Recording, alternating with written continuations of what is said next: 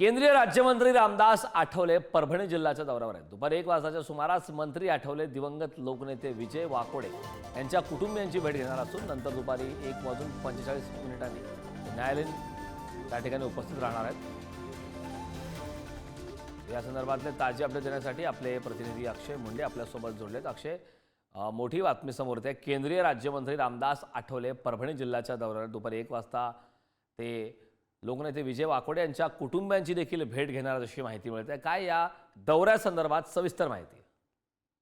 नक्कीच, कारण परभणीमध्ये संविधानाची विटंबना झाल्यानंतर दुसऱ्या दिवशी जे आंदोलन करण्यात आले होते ते आंदोलन दुपारपर्यंत शांततेत सुरू होते। त्यानंतर आंदोलनाला हिंसक वळण लागले आणि मोठ्या प्रमाणात दुकानाची जाळपोळ करण्यात आली। यानंतर पोलिसांनी आंदोलकांना धरपकड केली।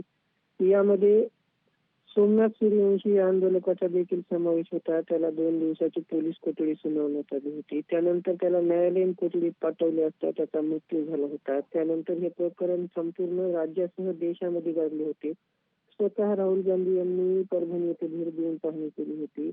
अशातच आता केंद्रीय राज्यमंत्री रामदास आठवले हे आज परभणी दौरा करणार आहेत। ते बीड येथे मस्ताजक संतोष देशमुख यांच्या कुटुंबियांची भेट घेतल्यानंतर दुपारी 1 वाजता परभणीमध्ये दाखल होणार आहेत।